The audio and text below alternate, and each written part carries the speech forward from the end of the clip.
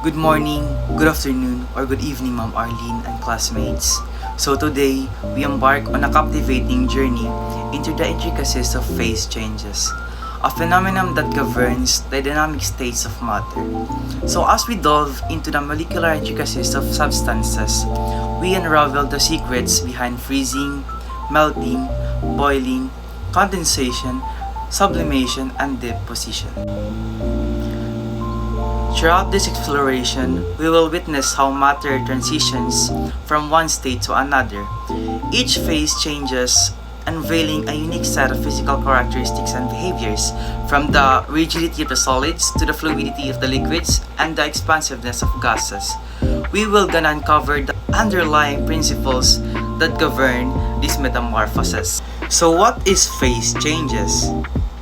So phase changes refers to the physical transition of a substance from one state to another, such as from solid to liquid or liquid to gas, or vice versa. So this process changes in the arrangement and movement of the particles at the molecular level, leading to some alterations in the substance physical properties.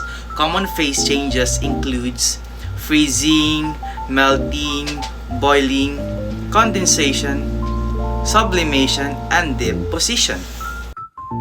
So literally, phase changes is the transitions of matter itself from solid, liquid, and gas. These changes occur due to the variations in temperature and pressure. Understanding these transformations helps explain the behavior of substances in different conditions, contributing to our comprehensions of the physical properties of matters. So first is the freezing. So freezing is the process where a substance transitions from a liquid to a solid state.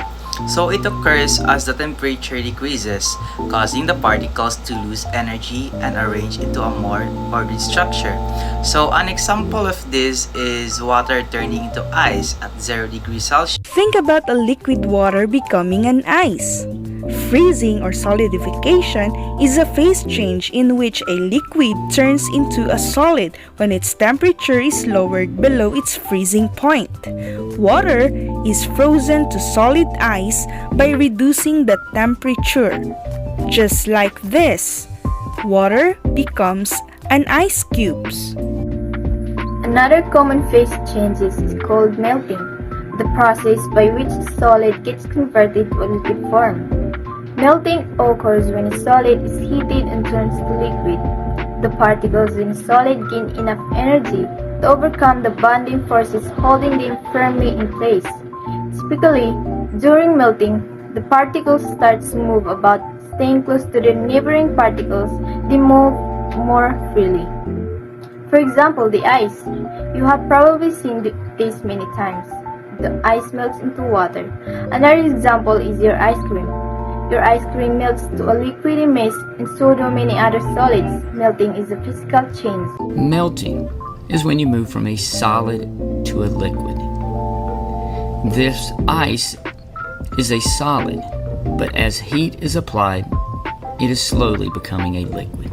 So, I'll be discussing about vaporization. So, vaporization can be defined as the method in which the state of the liquid transforms into the state of vapor. So, the state of matter or the phase change of vaporization is liquid to gas. So, vaporization, its kinetic energy of the molecules increases as a result of an increase in temperature. The force of attraction between the molecules decreases as a result of rise in kinetic energy. As a consequence, in the form of vapors, they escape into vicinity, and it requires heat energy. There are two modes of vaporization, which is evaporization and boiling. So, the differences between the two is their phenomenon, because evaporization, its phenomenon is surface, and meanwhile, the boiling is bulk. So, why are they different? Because evaporization is a phase transition from a liquid phase to a vapor. It is only around the critical temperature, which is below the boiling point of the temperature, which is why it only happens on the surface. Like for example, when you're drying clothes, which requires the sun and the wind. Also when you're making paper. And next is the boiling point. Well, the phase change of this boiling point, it is a liquid phase to a gas phase, which is the same as the evaporization. But the difference is that boiling formation of vapor is below the liquid surface as it bubbles of vapor. So boiling takes place when the substance equilibrium vapor pressure is greater than or equal to ambient pressure. Another one is condensation. So condensation is when a gas turns into a liquid by losing heat.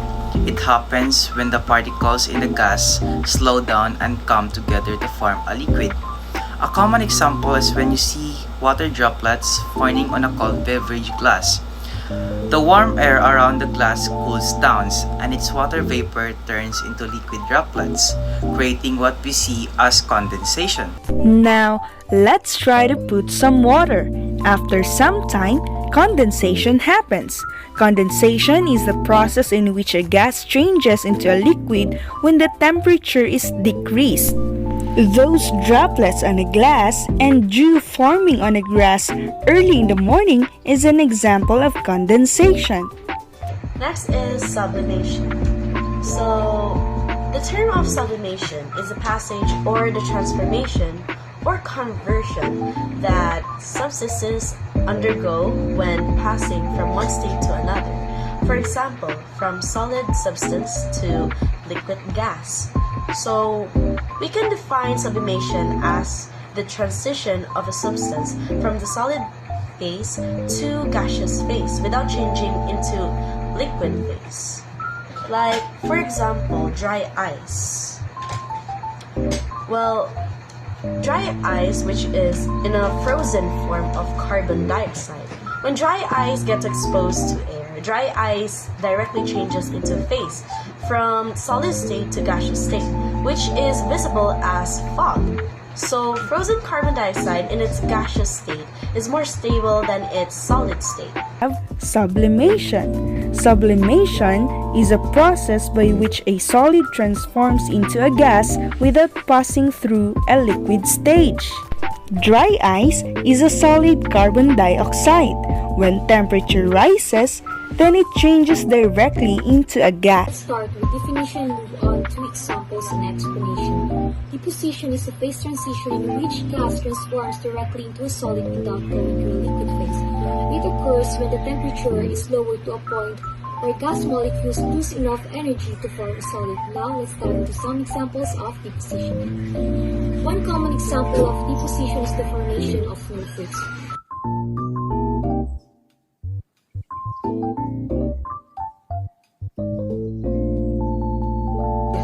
Snowflakes are formed when the water vapor in the atmosphere condenses directly into ice crystals without going through a liquid phase.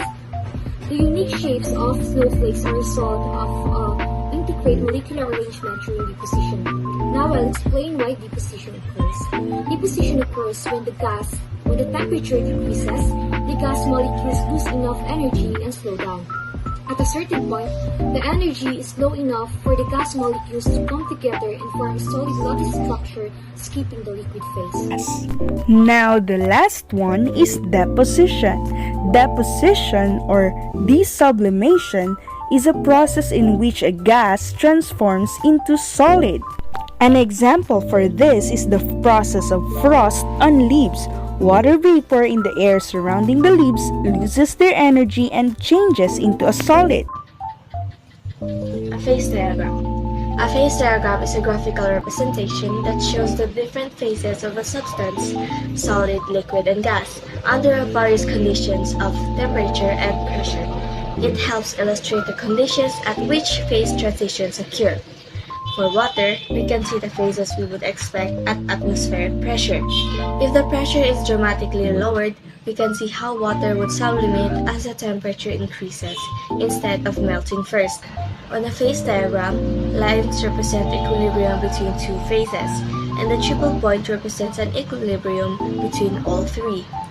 For water, the line between solid and liquid slants up and left because the solid form is less dense than the liquid form. For carbon dioxide, it is the liquid form that is less dense, so the line slants up and right. Also notice that at atmospheric pressure, carbon dioxide is never a liquid. This is why dry ice, which is solid carbon dioxide, typically sublimates.